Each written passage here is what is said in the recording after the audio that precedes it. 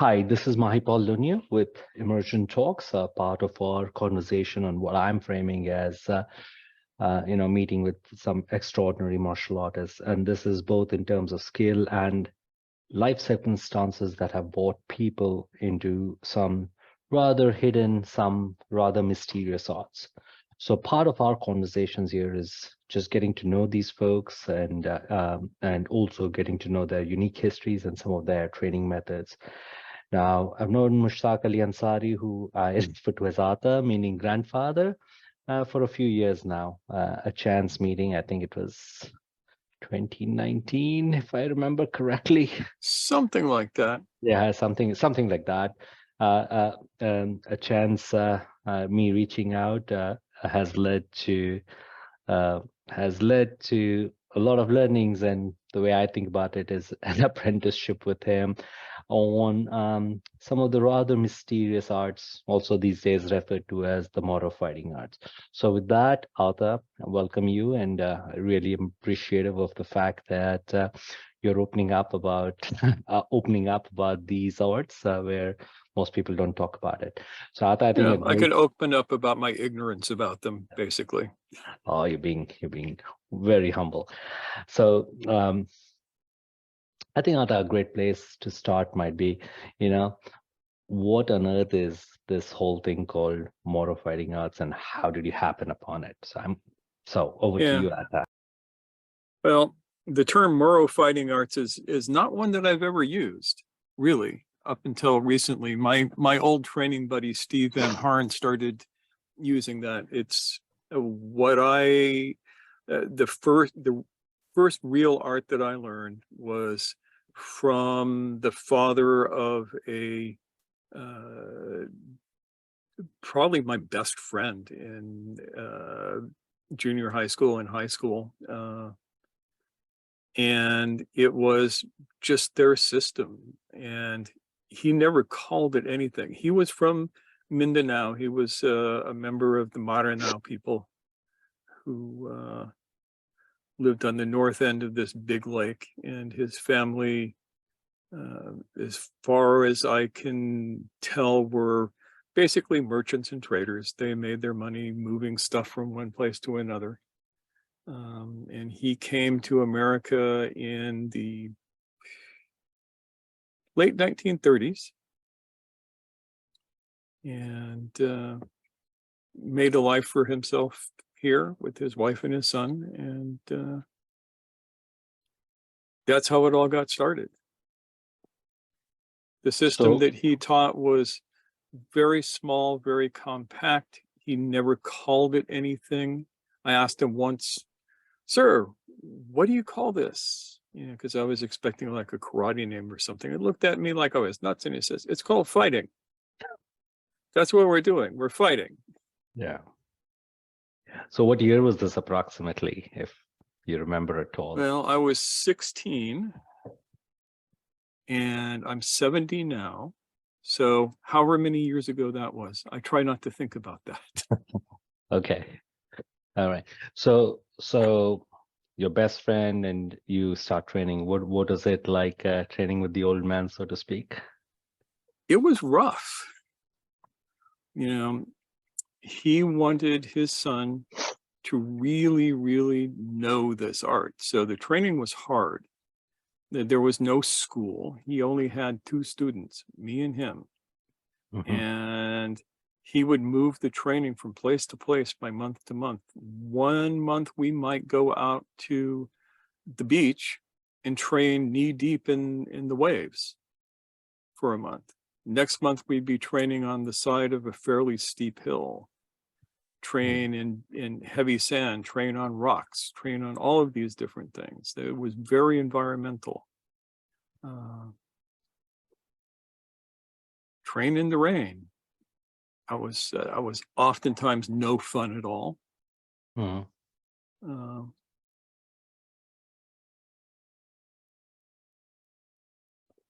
And like I said, the system is very, very, very compact.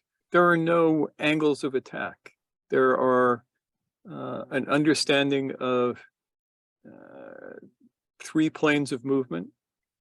that's it. You work, work figure eights, horizontal figure eights, vertical figure eights, front to back figure eights, and bring all of your techniques from that sort of movement. It's a definite weapons-based system. Yeah, it moves very different from any FMA that I've studied in these years. I've realized that it has a very different logic system, if you will. Yeah, and it the way of teaching it is very different. He didn't teach it like any other place that I've ever experienced. Well, kind of like I teach you. We take a phrase, and the moment you get it, we expand it, and we create all of these different possibilities around it until you can move from however I attack you or however you choose to attack out of that phrase without thinking about it. I think that it's designed to create a sense of creativity and innovation in movement, because it's based on principles. The system really has no techniques to speak of. Right. Yeah, sometimes when I'm asked what the hell are you learning, I'm like, I have no idea how to explain it, but if you pick up a blade, welcome to my world. Yeah. So what is it like training with the old man and your best buddy? How long did that go on? That went on for 4 years total. And in that time, we learned all of the patterns of movements in 6 months. And then the rest of the time was just refining it, learning to play from it. So in that sense, it was a little bit like boxing. Boxing only has 5 techniques, but a good boxer knows how to use those 5 techniques from anywhere. Right. Not to say that I'm good or anything, but that's the basic idea. Right. So what about the weapons? How did he progress on that? What was the system there? Well, we didn't actually have the weapons that we were learning, because we're talking about the earliest 1960s, and Indonesian weapons, Filipino weapons were not that easy to come by, especially the ones from Mindanao. So we used eucalyptus. That was our main training material, was eucalyptus saplings cut to various different lengths.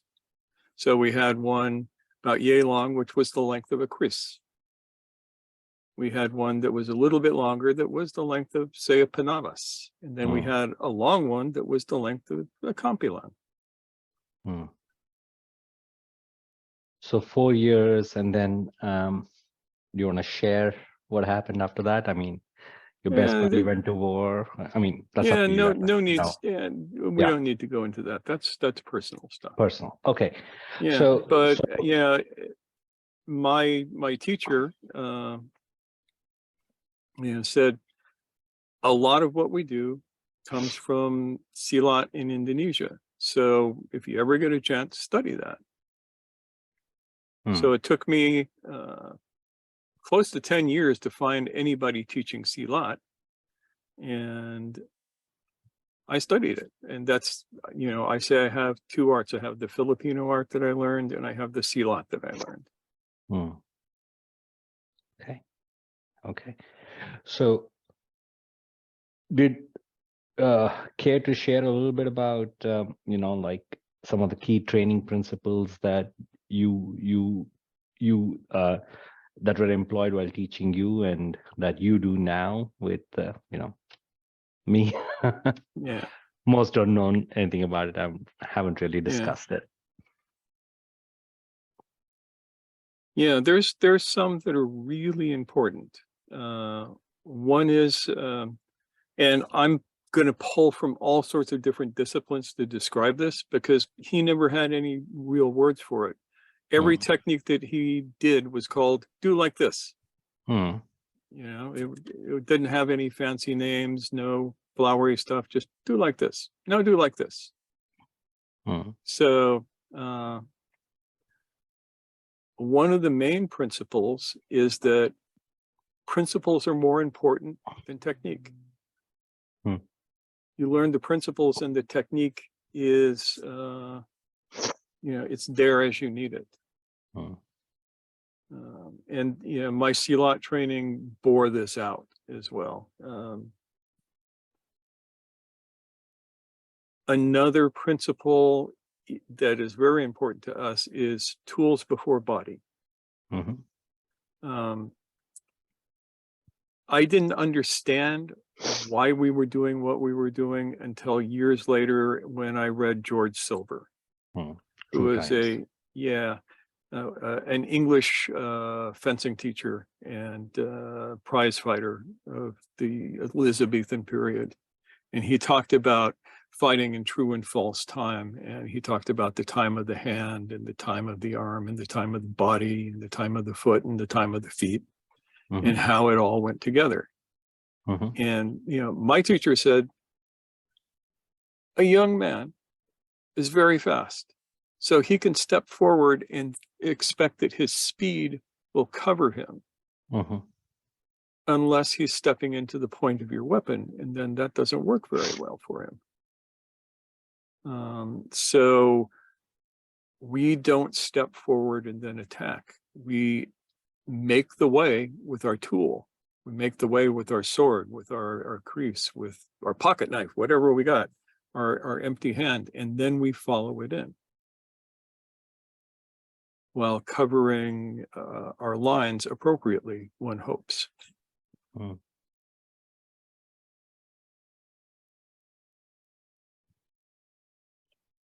What else, Ata? Anything else come to mind?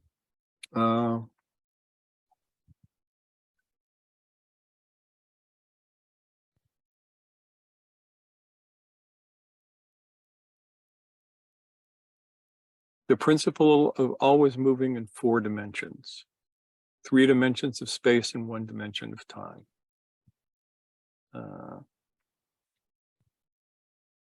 It's hard to talk about that without demonstrating. So, but you know what I'm talking about. Yes. Yeah, I have no way of explaining that. Yeah, like I said, welcome to my world. Yeah.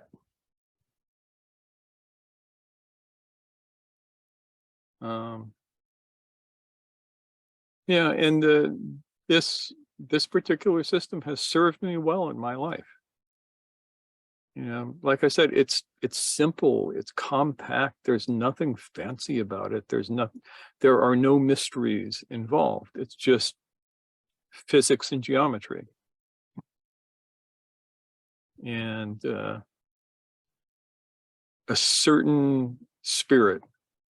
You know, this was very much something that people in my teacher's time used to defend themselves. You know, and so here you are, you're at Lake Yano, and you're going to take a bunch of goods to a seaport where they can be shipped off to Sulu for sale. Any place in between, somebody's going to liable to jump out and go, hey, we would like your stuff for free. And you have to dissuade them. So there wasn't any place for fancy flourishes or all of the wonderful spins and, you know, cool stuff that we can do today that win forms tournaments and things like that. It's very straightforward, very simple. It looks boring, actually. Yeah, it's totally boring. There is nothing exciting about it at all. Yeah. Everybody looks better than me. They always have. Except you score. That's the difference. Inshallah. Yeah. Yeah. So what about, I don't know if you care to talk about this or not, the point relationships, because the thing that really stood out for me was when you and I would meet at that old train station and work out, you know, was this whole thing around the point relationships. And you said the most important thing you have to understand is the relationship between the two weapons. That's something you want to get into? Without having weapons to demonstrate, again, I'm not sure how to describe it other than to say it's really important. Yeah. Yeah, my teacher used to say, learn to hide behind your blade. And that was what created footwork for him. Your movement to always be covered while creating a possibility of attack. Any other illustrative or teaching stories that come to mind while you were training with him? Any unique training methods that you care to share? Now, like I said, the basic training method was one of conversation. The idea was to build a creative flow, and this was built on taking something very, very simple and then expanding it and expanding it and expanding it after you learn the basic principles. You know, we would start with, here's your blade. Where is it in relationship to the rest of your body? That's going to tell you how you can move that blade. Now, imagine an attack coming towards you from anywhere. What's the most efficient way for you to counter that attack and put yourself in an advantageous position? Once you get past that, then it's all just practice. It's all making conversations about how this would work. You take a simple cut and you work from where you are. You know, how do you not get cut? How do you return the cut? How do you cut before the other person cuts? In the case of one of these people who likes to step and then attack, you know, what do you do when you see this happening? And, you know, we would train that stuff over and over and over again in every possible circumstance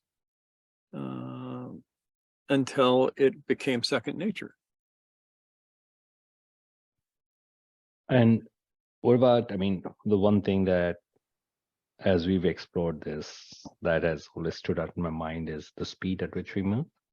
Like really slow and teaching it, and then, you know, the big circle to the small circle, the idea of the big circle to the small circle. So would you care to expand on that, Atta? Yeah. The idea is that you can't learn at speed. When you're going really fast, there's no place for learning. And this is why you see guys who they learn 2 or 3 techniques and that's all they ever do. And if you break outside of what they're used to, they don't know what to do about it. So we, like the Tai Chi guys, we start a little slower. We move slowly enough that you can think about what you're doing, so that you can feel for where the openings are. And then the moment that you start doing that, the speed picks up a little bit. And it picks up a little bit more and a little bit more. And it picks up incrementally, as you know, until we're going blindingly fast without a set pattern. And you're able to hold your own. And the moment you can't, then we back off and slow the speed down again. Yes. And that was a key training principle, is slow to fast. Find the point where you can just barely do it and stay there until you can do it well, and then move that point a little bit. What about the idea of the big circle to small circle? You know, you've talked about that, you know, start with large circles and progressively more. I'm listening. Yeah. I was just going to say, she's grown a lot. Yeah. So, it's easier to learn. I'm on my headset. I'm listening. Yeah. Please continue. Yeah. It's easier to learn a big movement. So when you start, you make the movements as big as possible. And then as you get better at it, you make the movement smaller and smaller and smaller until you can't hardly even see the movement. It's so small. That's the basic idea of that. Yeah, that it seems oh, that's just natural. It seems obvious, but it's a pretty profound principle when we truly Yeah. get to it, because I think for me personally, the discovery there was not only does it let me learn the movement, but I think that's the secret of speed, because as the Yeah. circle gets smaller, the speed just You multiplies. begin to get really fast. And Yeah, you know the old sniper's motto, right? Slow is smooth, smooth is fast. moves fast. Yeah, Yeah, that is a true thing. yeah, And what we want is slow, smooth, relaxed first.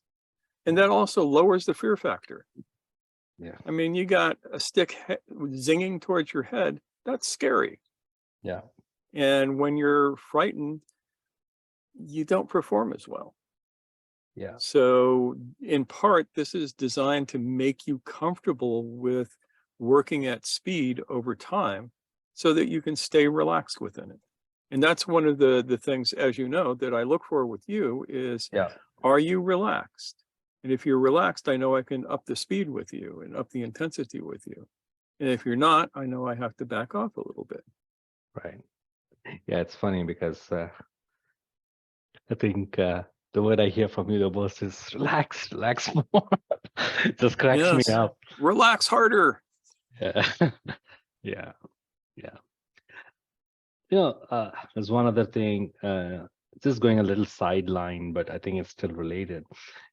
I think this whole relaxation and the movement, it's almost brings in into a trance-like state, I think, because I experienced that definite shift Yeah. that I think of it as the opposite of a trance.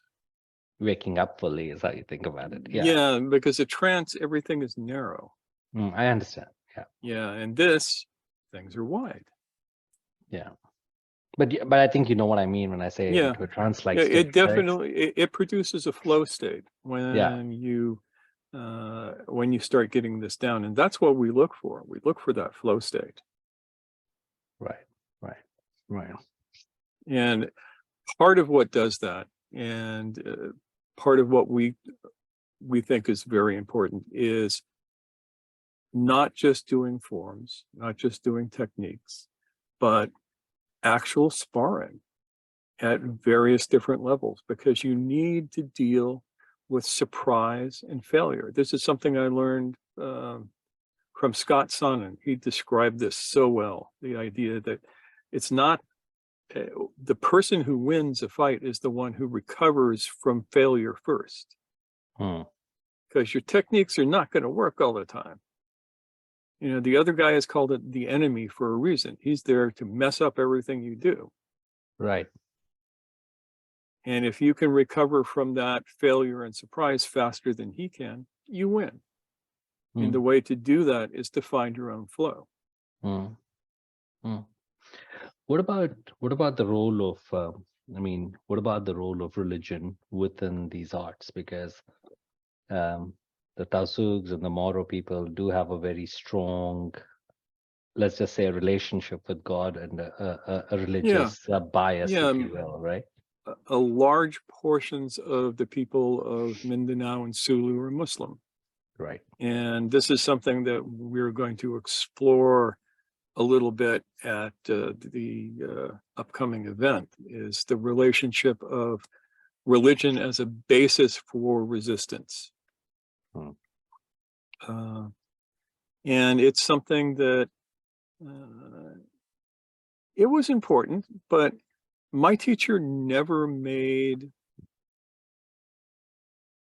a big deal out of it. It was never like, you know, you go, or you used to go to some places in Indonesia and they wouldn't teach you unless you were a Muslim.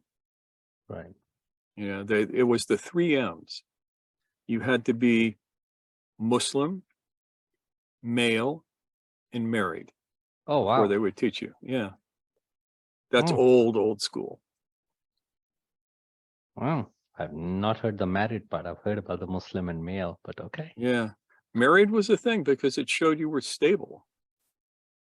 Hmm. You know, you don't want to teach incredibly deadly stuff to unstable people. Yeah. At least that's how it was explained to me. Hmm. But you don't find that anywhere anymore, hardly. Because now it's money, money, and money.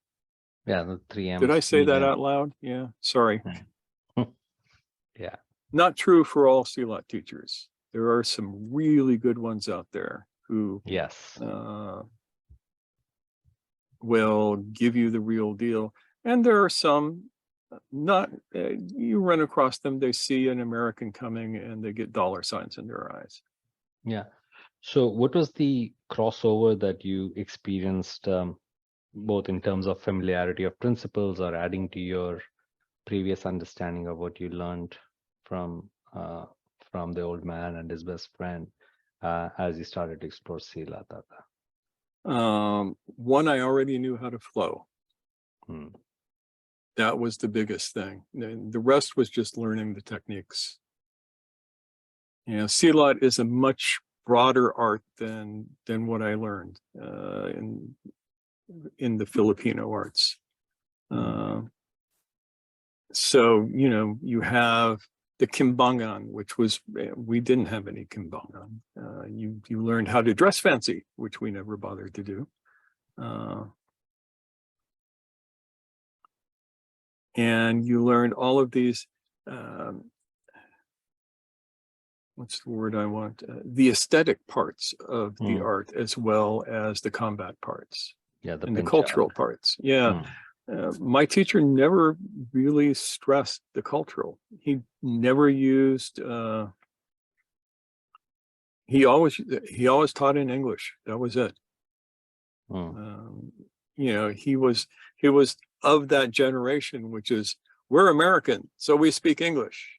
You know, yes, we are immigrants, but we are American now, so we speak English. And he always adhered to that. He never did much of anything about the culture, which was interesting because years later, God, what was it?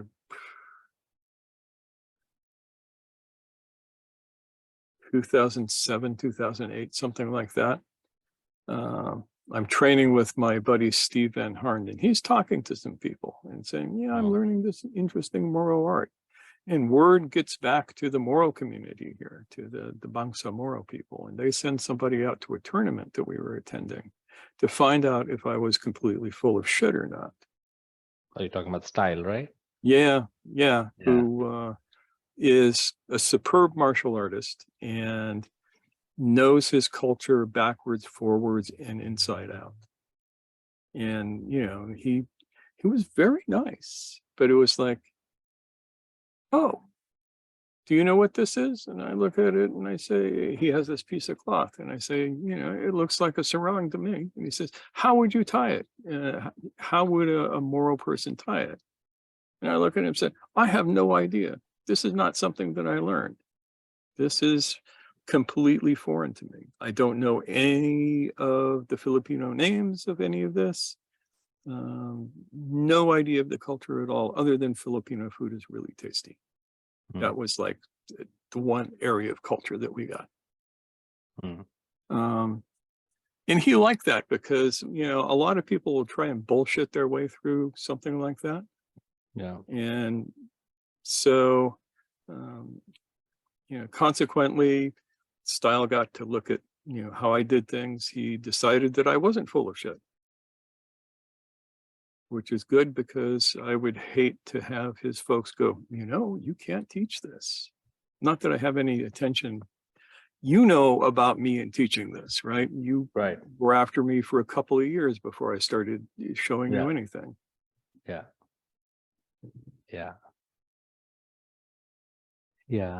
And then Steve did win that tournament, right? Where Style was the judge before. He won the matches that he was in. He was mostly judging that. His son, who I also trained, was the guy who won, he won a bunch of stuff, but the thing I was proudest of is he won the form section. Right.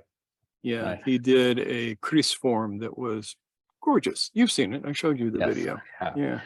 Yeah. I had a, I was trying to get style for, I'm still trying to get that dude. Yeah.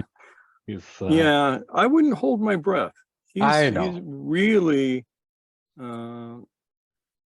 very quiet about this. I understand, but still at the same time, I think,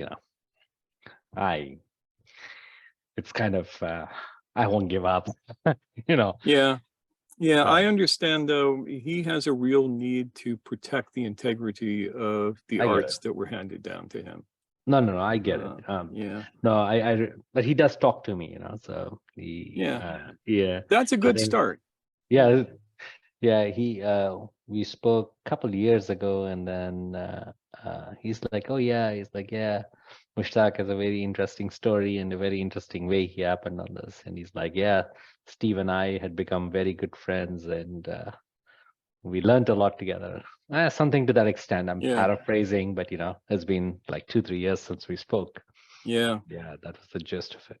Yeah. I wish you could have the opportunity to see him move, but he does things like he'll occasionally demonstrate, but no cameras are allowed, or if it is, he swears you to secrecy. I have a couple of videos of him moving at some of the tournaments we were at together, and he literally swore me to secrecy. Can't show it to nobody. Yeah, I think people who don't deal with characters like this think it's crazy, but there are quite a few of them who don't like showing any of this stuff to anyone. Oh, I Yeah, remember and I that first. understand. I don't like showing any of it to anybody Oh, I either. remember it was like a few months before you let me videotape anything. Yeah. Remember that. Yeah. And only after exacting blood oaths from you. Yeah. It's funny. But So I understand it, because style stuff is so good that people would love to grab a bunch of it and file off the serial numbers, give it a new paint job, and say, oh, I learned this from some mysterious master.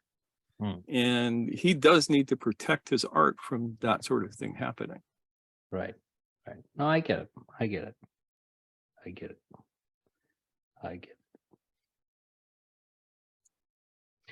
So I think this idea of resistance is so critical, especially with Mindanao and the Moro people. Ata, would you care to get a little into it, and because it kind of describes the engine that drove these guys, Yeah. So the Spanish get to the Philippines, and they bump into various different groups and tribes, and they do what they've always done, which is divide and conquer. It's like, hey, let's you and you fight, and then we'll clean up after it. And all of a sudden you're under a Spanish governor. And they got really good at that. They learned their skills really well in Central America. But when they encountered the folks down in Mindanao, it was a different thing, because they were united by religion. Even if there were, different groups. But, for the folks in Mindanao, it's, hey, these Catholics want to come in and take our stuff. So they met a much more united resistance. Yeah. And there was more of a parity in weaponry and armor and such. You saw that picture I sent to you of the Moro guy in basically chain and plate. Right. Yeah, that was very interesting, because what that also suggests is probably trading routes with Borneo and India and the Arab countries. Trading routes with India, China, Borneo, Vietnam, And one of the things that happened, and this pissed the Spanish off, and we'll talk about this in my section of the Lab. immersion lab. Yeah, go to the immersion lab, people. The peoples of Mindanao were trading with China, and one of the things they traded for was firearms. So the Spanish show up, in steel plate and steel swords and muskets and cannon, and they're looking at people armed pretty much the same way. So there was like I said, there was a parity in what you could do, much more so than I think anywhere else in the Philippines, because life in the Philippines was pretty easy before the Spanish showed up. You had the seas giving you all the food you wanted. The worst thing you had to worry about is the weather and the folks down the road who may want to come and steal your stuff. But so the thing is, when life is easy, your technology does not develop any more than it needs to. Mm-hmm. And so the folks in the northern Philippines were not quite as prepared, because they weren't used to people rolling up with cannons and muskets and going, "Give me all your stuff." So they got more of a fight than they thought they were going to. Yeah, as Magellan found out. Yeah, he learned the hard way. Yeah. So what about weaponry that is unique to the people from Mindanao? I wouldn't say that any of their weapons are exactly unique, but some are interesting. Probably the most unique weapon is the panabas, that is used specifically for fighting rather than for cutting cane. That's almost in the opposite direction of all the other panabases you see. Yeah. Right. And yeah, it looks a little bit like a big kukri on a stick, on a long two-handed handle. That, and of course the kampilan. And I don't know if you noticed that in that picture that I sent you, the guy had a kampilan in his hand. Yes, of course. Big shield. That's where my eyes go first. Yeah. Yeah. And that was the equivalent of the heavy swords that the Spanish carried. The kampilan stands up very well against that. And hopefully we can do a little demonstration of bilbo and rodella against kampilan and round shield or long shield. Yeah, I think that'll be fun. Yeah. So what about it's a little sideways, but still I think it's relevant. At least the Islam that I have seen from Mindanao is a little different than, let's say the Islam that I've seen in India and the Middle East. Any thoughts on that, Atta? I have a reminder from Mushtaq. The way that Islam was brought to Indonesia and the Philippines was completely different than the way it was brought to, say, India. Right. In India, you have these idiots riding down out of the north, sword in hand, going, "We're taking over and you're all Muslims now."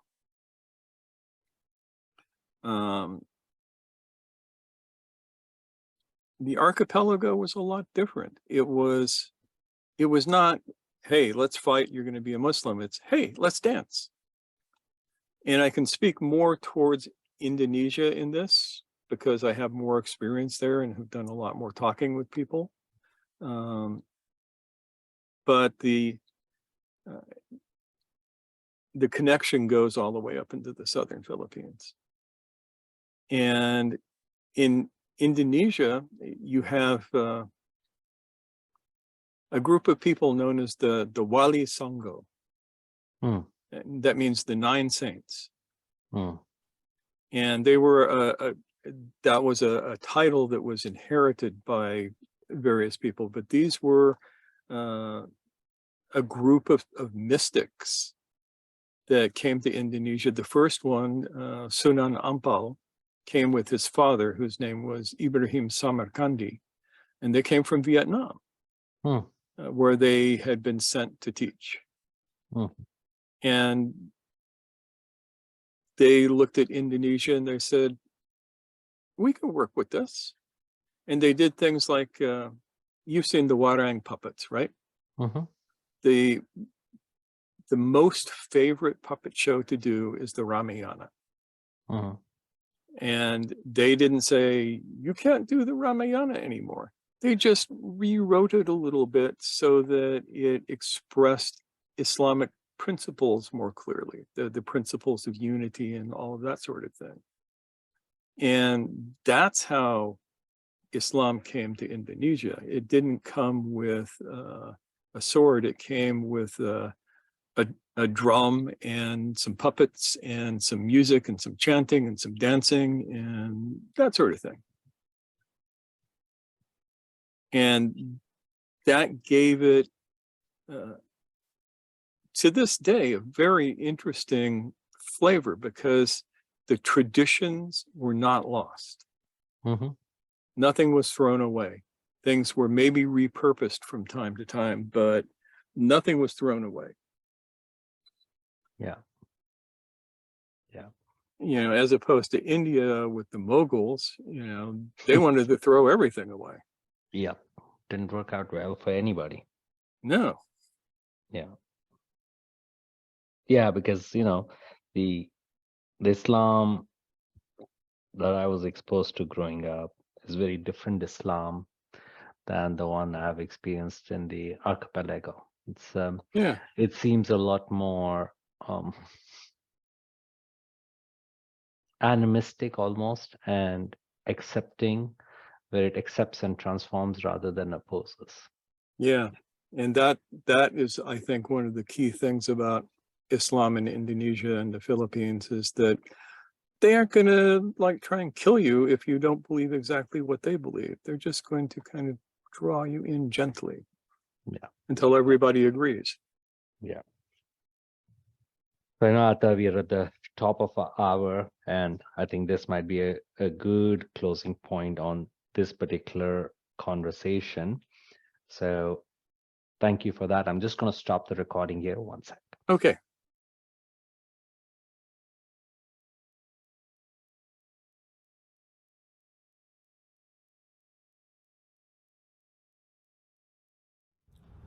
For some, it's the quest of an empire.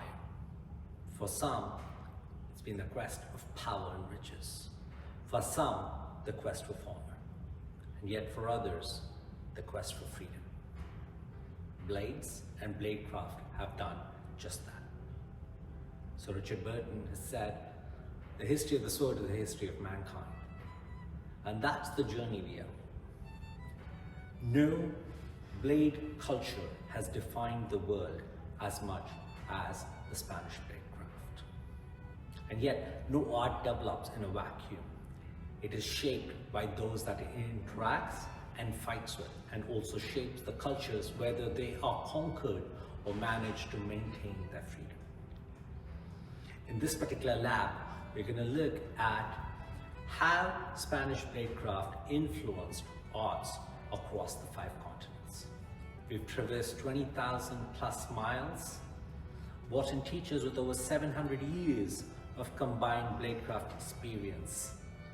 Together in one place at one time, where over 3 days and 40 hours of non-stop training, you will be able to see and experience firsthand how it shaped Europe, how it shaped the bladecraft of Northern Africa, how it developed the arts, both indigenous and otherwise, in Philippines. Moving over to Latin America, from the jungles of Colombia and Panama, how the arts of machete developed. Coming further up north, looking at the arts of the southwest Mexicali region, where the long bullwhip was developed. or looking at the development of a very American form of fighting, the Bowie Bladecraft.